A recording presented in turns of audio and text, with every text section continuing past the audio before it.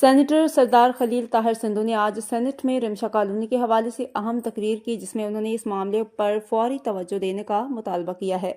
उन्होंने अपने खिताब में कहा कि अगर इस मामले को हल न किया गया तो जे सादिक एहतजाजन सर पर खाक डालकर आवाज उठाएंगे, जो एक बैनुल अक़वामी मसला बन सकता है। सेनेटर सरदार खलील ताहिर सिंधु के इस जरूरतमंदाना इकदाम को पाकिस्तानी मसीही बरादरी की जानिब से भरपूर सराहा जा रहा है।